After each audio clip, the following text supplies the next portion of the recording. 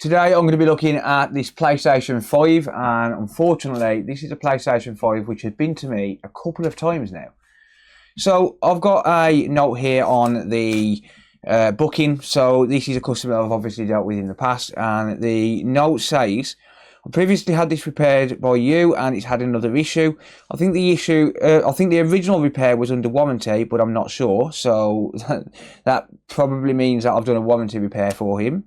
It says the PS5 was repaired. The PS5 repair was the one in this video, and it's got a link which I'll pull up in a minute.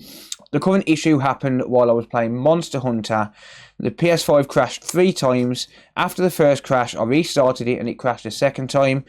I restarted it again and it crashed for the 3rd time, but this time the console also made a loud buzzing noise. Since then, the PS5 turns on for 3 seconds, nothing shows up on screen, the blue light turns on, and then the console shuts down again. Okay. So we're going to have to figure out what's going on with this again. I'll go onto the desktop and I'll put up the original video. I did look at it when this first came in. I opened up the link, and I think it's been around about 6 or 7 months since it was originally repaired by me. So yeah, we're going to see what the deal is with it, I guess. So with that being said, my name's Hakko. I'm an electronics technician who, questionable. Yeah, who repairs mainly games consoles, but I do work on other stuff as well. So if that's the sort of stuff you're into, be sure to get subscribed and turn on the bell notifications, and that way you don't miss any future videos. If you need to organise a repair, you can get in touch with me at thecoded.repair, and I'll do my best to help. And if you need any parts and supplies for these, you can get those on my online store, consolefix.shop. As you can probably tell by this, I'm opening it up front, and if I do get warranty repairs come through, which is very, very rare, I always show them. This isn't actually a warranty repair, I don't think. I think this is a completely new issue, but we're about to see. So yeah, let's head over to the desktop first, and I'll see what's going on with this actual, what was going on with the console the first time. Oh, subscribe. Can't forget that bit. Alright, so this is a link that the customers sent me. Is this the right one? I believe it is, yeah. Alright. Okay, right, so this was a CEX one. Right, so let's have a look at this. What did I do to this? Yep, it is absolutely stone dead. Okay, cool. Right, so it was completely dead. We've got Bobby in here. Hi, Bobby. Oh, so Let's say hello to Bobby. There we go. Showing his ass as usual. Right, okay, so yeah, TCU, and that works with the. right, so it looks like we've probably had a 5-volt short. Yeah, 5-volt for USB. And then we're just going through the normal stuff. Yeah, so 5-volt for USB. So there's a capacitor just on the board by the USB. Yeah, okay. And it was that bad cap there. Alright. Okay, so let's see what's going on with this first of all, shall we? Right. Okay. And then it shuts off. Gotcha. Okay, so yeah, we're going to get this apart. I'm going to see what's going on with this. Obviously, if this is an issue which is related to the original issue, then I'll probably, well, I'd have to work something out, I'll be honest. I don't know what I'll do. I really don't. I don't know whether I'd do this under warranty. I mean, my warranty is 3 months, and this video is 7 months old. So, yeah, I don't know. I haven't looked. I don't know when I've actually worked on it, but yeah, the video itself is 7 months old, so I don't know. But let's have a look at it anyway and see what the deal is with it. First thing I'm going to do with this is what I do with all PlayStation 5s, and that's going to be to connect up to something called UART. So UART stands for Universal Asynchronous Receiver and Transmitter. Basically what that is an internal diagnostic tool which Sony use for connecting up to the console to basically figure out what's wrong. So it spits out an error code that tells them exactly what's wrong. You know, is it a bad 5-volt line? Is it a bad you know, SafeBridge. Well, SafeBridge wouldn't come up because you need the SafeBridge to connect to UART, but you kind of get the drift, right? So yeah, it's an internal tool, but we do have access to it. So that's what I'm going to do. That's the plan.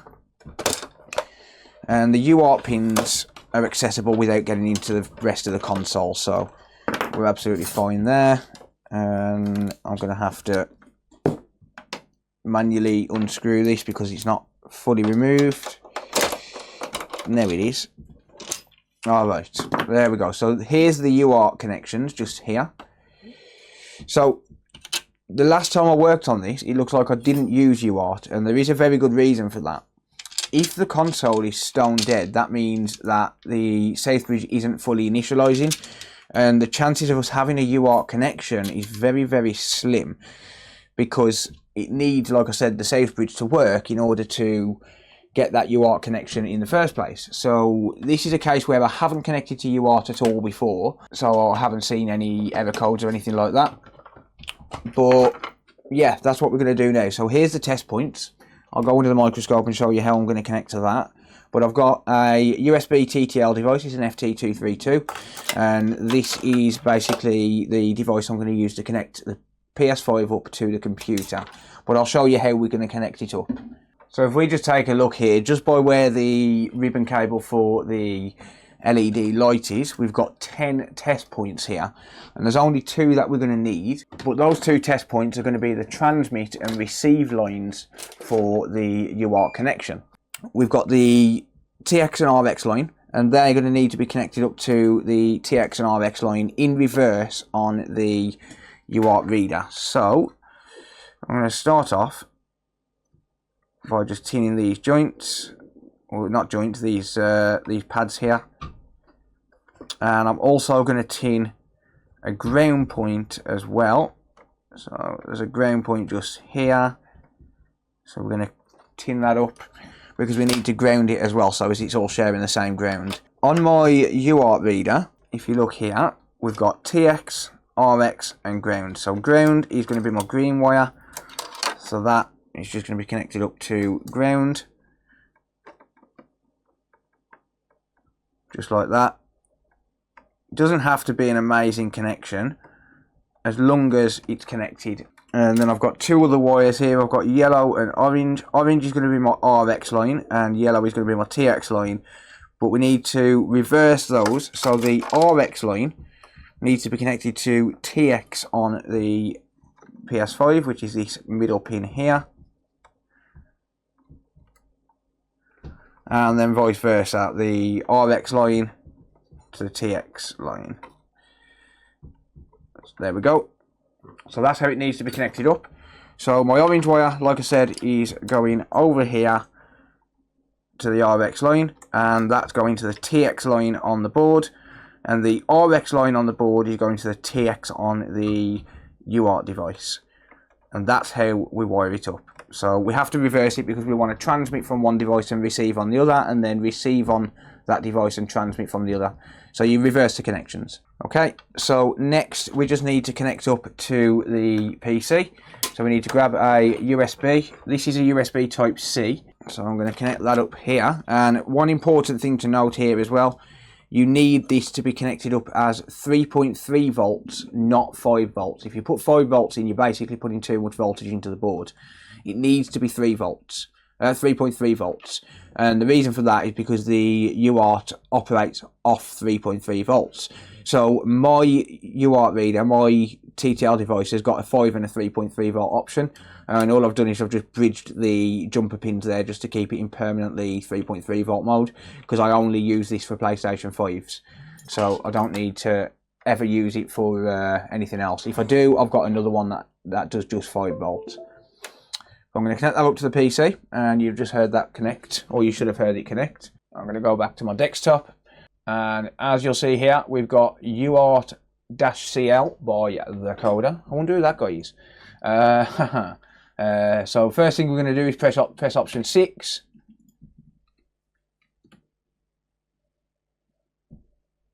And that'll take you to buy me a coffee. But while you're buying me a coffee, you're going to go here, and we're going to go to get error codes from the PS5. And then I'm going to select COM13, which is option 4. That's COM port 13. I know that's the one for my device. And I forgot to plug it in. We need to apply power from the PS5, otherwise we're not going to get anything out. So we're going to plug that in, and sorry about the lighting, my camera's just gone absolutely weird. And interestingly, something's just fired up on the computer. That's what's just come up. DDR6 number 2 damaged. Okay. Right, so I'm going to clear the error codes, select option 4, they're cleared, and now I'm going to power cycle the console. Okay, and then I'm going to get the error codes again, option 4, DDR6 number 2 damaged. We have faulty RAM. Okay, so I'm going to have to call the customer because this is completely unrelated to the issue from before. And unfortunately, yeah, he's going to have to pay again. So the issue I've got here is, yes, I've done work on this before. And yes, I do offer warranty and stuff. But number one, this is well out of warranty. I offer 3-month warranty on all repairs. So it's out of warranty. And unfortunately, it's completely unrelated to the original issue anyway. And obviously the RAM is completely separate from the USB. It doesn't even run on the same voltage rail, so this is a completely new issue which this has developed. And I actually released a video yesterday about this. Literally yesterday I uploaded a video about faulty RAM. Crazy. And then all of a sudden today, I mean, this has been in the queue for a few days, but then all of a sudden today we've got a faulty RAM job. Okay, well, I'm going to call the customer. I'm going to need to speak to him and obviously get authorization. Yeah, I'm going to need to call him, obviously, get authorization because I haven't actually spoke to him yet. This is just part of my initial fault finding process. So I'm going to call the customer, get authorization for the repair, and then I'll pick up the video, assuming he says yes. But if you've seen this video, I guess he says yes anyway. But yeah, okay, there we go. I'm going to call the customer. Right, so I've sent the customer a message about this. I tried to call, but I didn't get any answer. Well, he was actually cut off after 2 rings, so I think he's probably busy at work or something. But yeah, I really don't like to waste too much time. The customer's probably going to agree to the repair cost on this, but I mean, I can't really go ahead and just replace the RAM, right? But what I can do is just take this apart and basically just check out which RAM is actually installed in it. So what I can do is, if I just find out what RAM's installed, then I can pre-board a RAM chip, and as soon as the customer gets back to me, as long as he agrees to it, I can go ahead and just get this fixed. So yeah, obviously I don't want to do any work to the console that isn't going to be paid for. And I don't want to take any risks of actually doing the work and then, you know, being in an awkward situation if the customer doesn't want it doing. You know, there are going to be cases where the customer is going to be just fed up and, you know, they're not going to want to pay it because they're just sick of it and they'd rather just go out and buy a new one or something like that. You know, there's a lot of scenarios here where the customer could decide not to do it.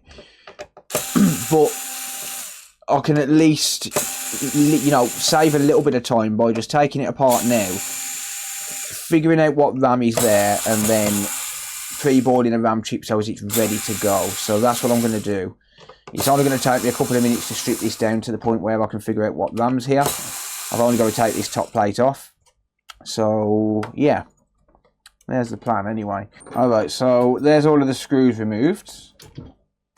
Let's just get rid of this antenna.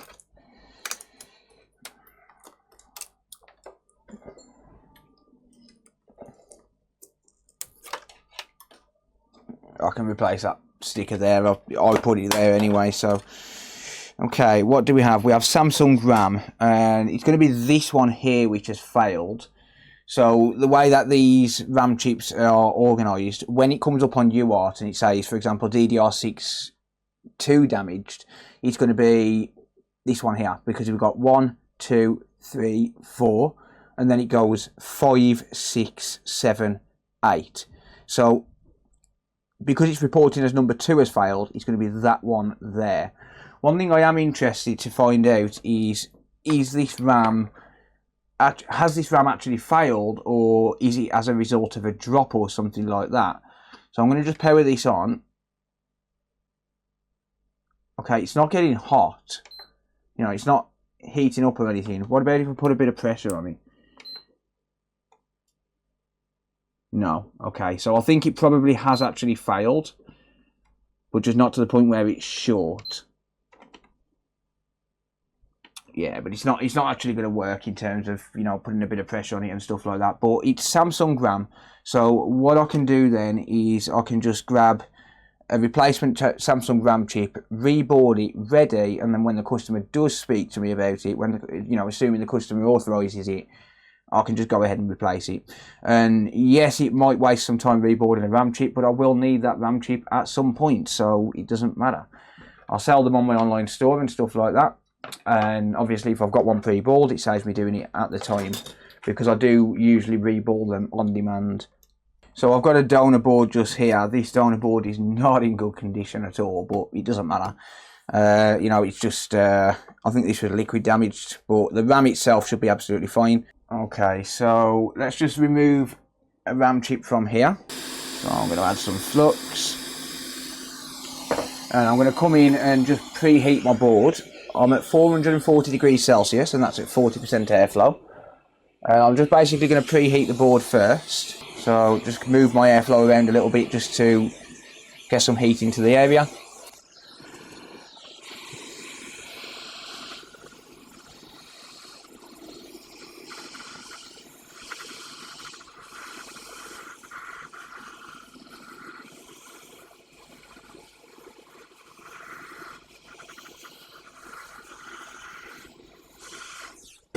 Okay, so here's the donor RAM chip, and we're going to need to reball this. So if we just get that in focus here, first thing we're going to do is just wick away all of this excess solder. So when I'm wicking away the solder, the first thing I'm going to want to do is just tin it first and replace the solder with leaded solder, and that just makes it easier to wick away. But what it will also do is reduce the amount of solder that's on the chip, and that allows me to wick it away without using too much wick. So we do that. It also gets rid of any oxidized pads as well. I'm going to grab some solder braid.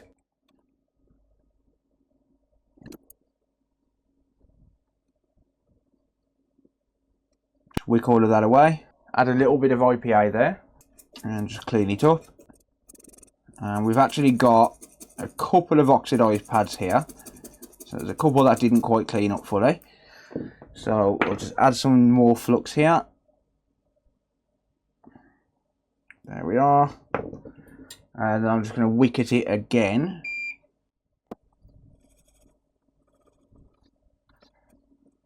And there we go. Beautiful. Clean it again and we are good. So now I'm just going to take a little bit of flux, not too much, but just a little bit of flux, and just spread that around. Make sure we've got a nice thin layer, nothing too spectacular. And then I'm going to take my stencil, and I really should be using the holder, but I just can't be bothered to find it.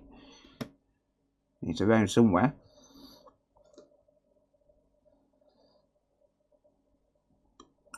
Sometimes, especially if you're just doing one, it's easier just to, you know, do it as it is. It's not an issue. Just do it on the bench itself. It's fine.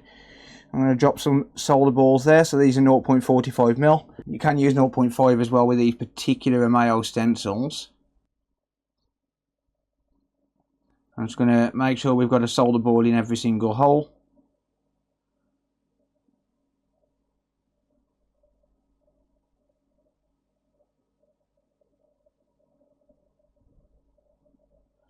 Perfect. And then I'm just going to flow these down using hot air. So I'm going to hold the stencil in place, get rid of all of the excess balls, or most of them, waste not, want not, and all of that. And then I'm just going to flow these down using hot air. So I've got my hot air set at 400 degrees Celsius. It doesn't need to be too high.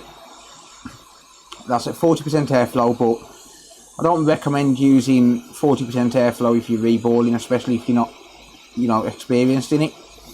I've been doing this for years and I can get away with it, but most of the time I'd recommend using a low airflow like 5% or 1%.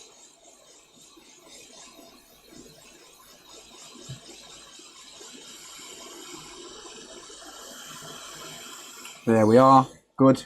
Now I'm going to add a little bit more flux to this.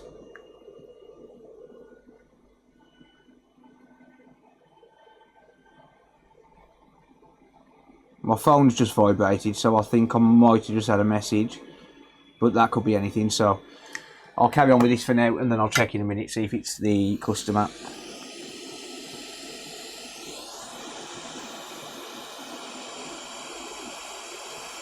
I'm just going to flow this down once more.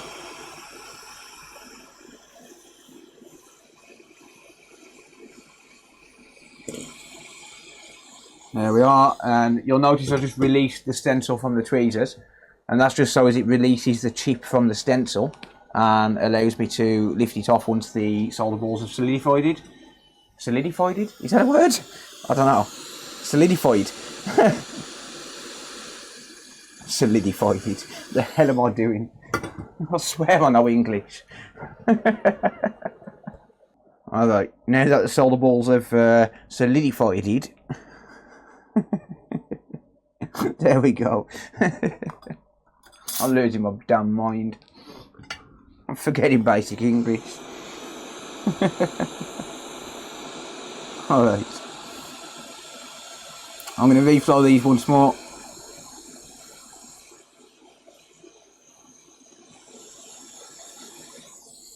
Leave them to solidified it. And we should be good there. Unfortunately, that customer still hasn't got back to me. Alright, let's just clean this up. So I'm just going to use some IPA on the end of my toothbrush here. Toothbrush is probably one of the best cleaning tools you can have for cleaning chips and stuff. And if you're going to get one, I recommend these Oral-B ones because they're nice and soft. They're not too aggressive, you know, on the components. And the bristles are nice and thin so as you can get into all of the little edges and stuff. Not a advertisement for Oral-B toothbrushes, but yeah, I just recommend it. Or just a nice soft bristle brush, that's all. Doesn't have to be specifically Oral-B because these are not cheap. So these are the ones I use myself. Yes, believe it or not, I do brush my teeth. Yeah, so these are the ones I use myself, and then once they're kind of spent, I'll just basically bring them into the workshop and use them. But yeah, okay, so that's done. So the next thing I do is just inspect for damage, make sure there's no popcorning, make sure the edges are, you know, make sure there's no popcorning on the edges, because a lot of the time if you use too much heat on these, the two layers, so can you see the colour difference?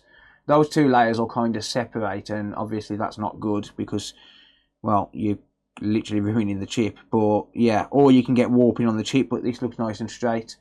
Looks absolutely fine. We are pretty much good to go there. So yeah, there's a RAM chip, pre-balled nicely, beautiful. Alright, so the next thing I'm going to do, I need to try and save as much time as I can on this job, and honestly, sometimes, like, obviously this is no offence to this customer in particular because he's probably at work and stuff, but sometimes waiting for customers to authorise a repair, because this was sent without being authorised, right? You know, it was sent before the quote was given. So when this is the case, if you've got a customer and they can't answer for whatever reason, you know, they could be at work, they could be with the kids, they could be doing absolutely anything, right? If you've got a customer that can't answer for any reason and you've got to sit there and wait, the problem is my bench is right now full.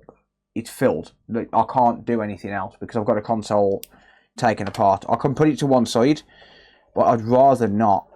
But what I'm going to do, just to try and save as much time as I possibly can, I'm just going to go ahead and remove this board from the housing. But there is a reason I want to do that. And the reason is because I want to make sure that this isn't some other issue. For example, has it been dropped and we've got liquid metal spilt, or do we have a cracked APU? You know, anything could have happened here, and I need to make 100% sure that it's going to be the RAM that's faulty before I go ahead and replace it, right? So this is the RAM in question. So it's this chip here on the other side if you invert the board.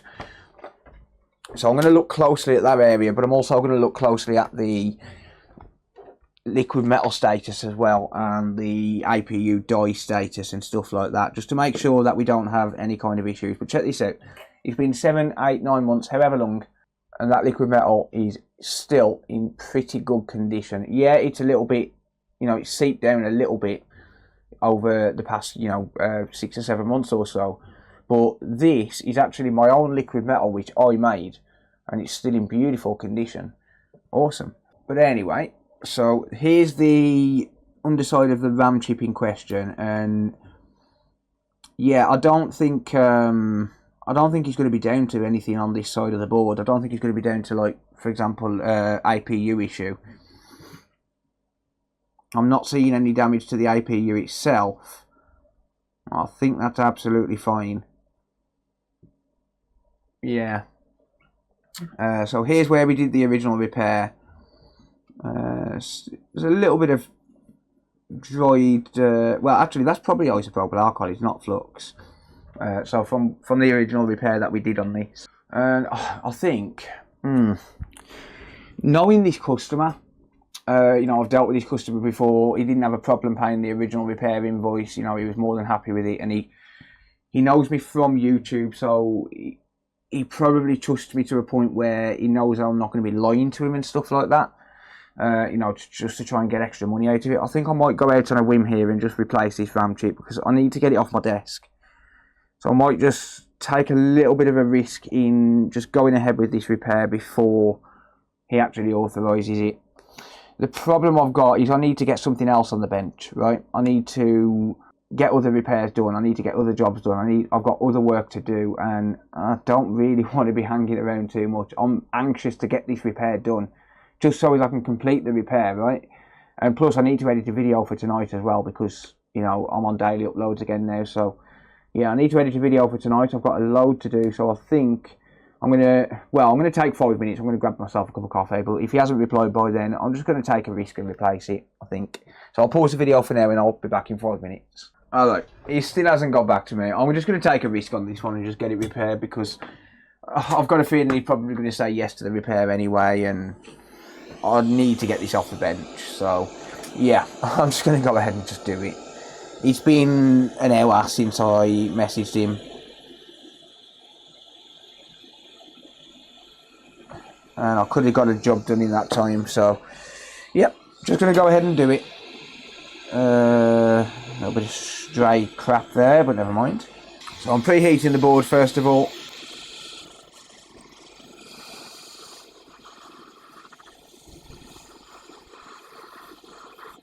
Alright, so that's removed. So that was at 440 degrees Celsius, by the way, at 40% airflow, just for the record.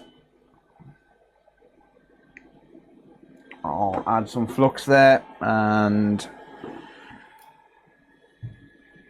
let's just preheat these pads. Let's replace all of that with leaded solder just to assist with cleaning, and then just wick it away.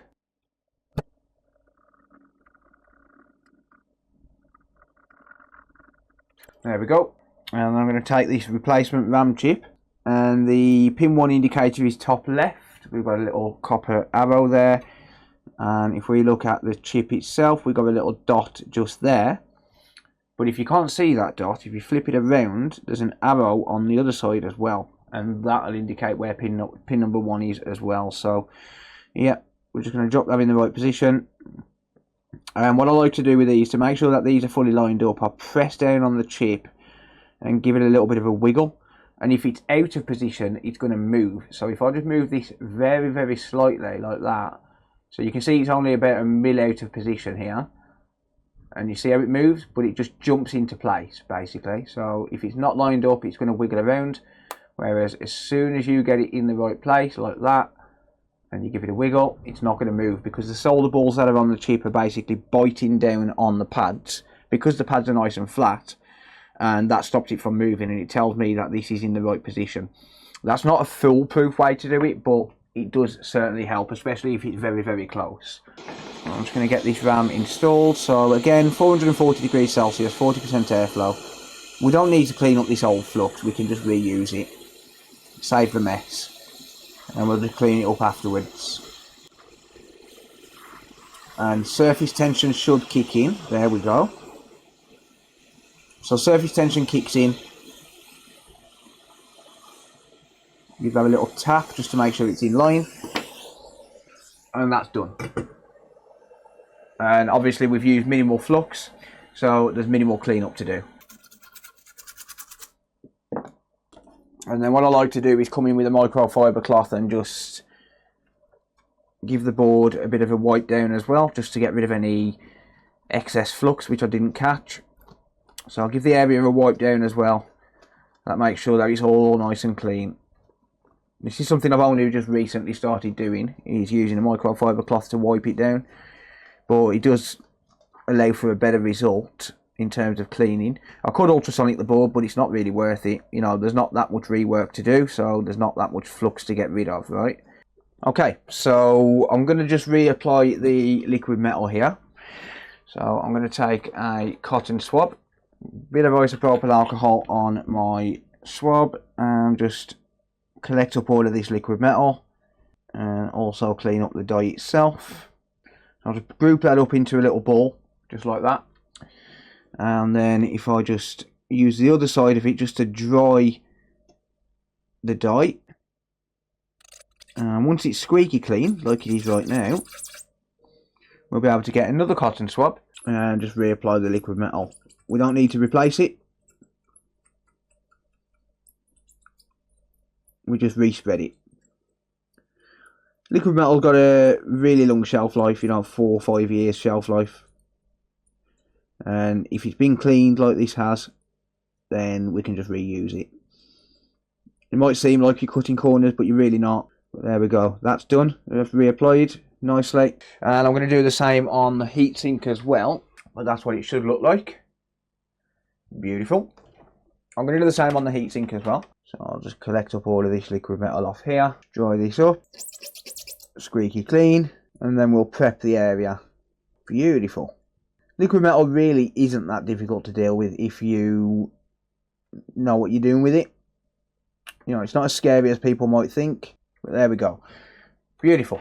Okay, so I'm going to give this a test. I'm not worried about the heatsink or anything right now, I just want to see if it turns on.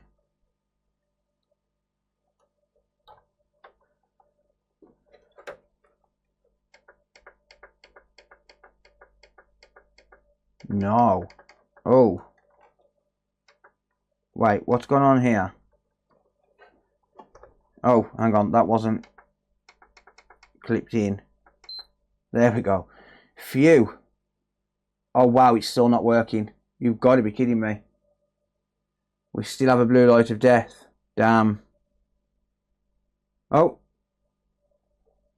Hold on a minute. We've got another short that's developed here. Uh-oh. This isn't good. That's just developed another short. Did you see how that blue light just held? This isn't going to turn on now. Something has just blown. Right. Let's reconnect up to UART. Let's see what UART says.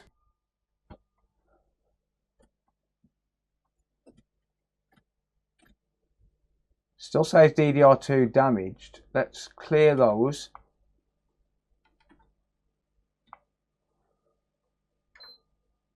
Pericycle.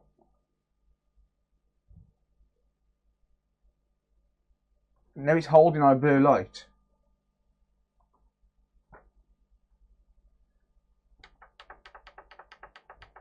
This has got other issues.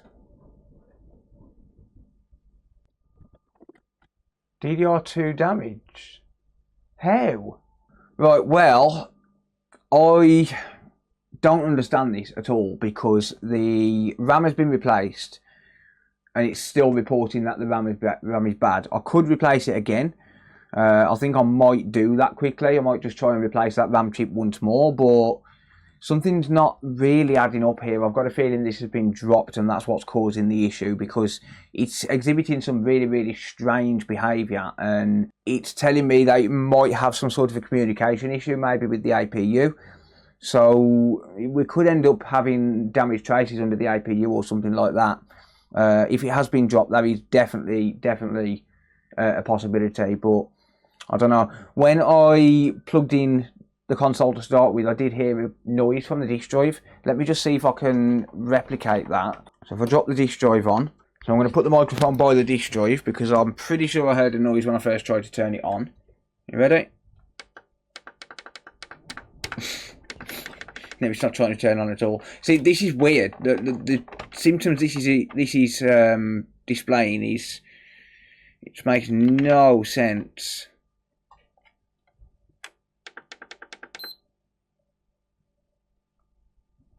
Okay, so it's not even attempting to power on here. So it's just sticking on a blue light for a few seconds now. Okay, yeah, that definitely made a noise. So occasionally it's attempting to power up, but it definitely made a noise on that disk drive, 100%. So this has definitely been dropped at some point. I don't know when, but it's been dropped at some point. It's taken an impact, and that's causing the disk drive to be very slightly out of alignment. Not to the point where it will cause an issue with the disk drive, but it's out of alignment. That's the point.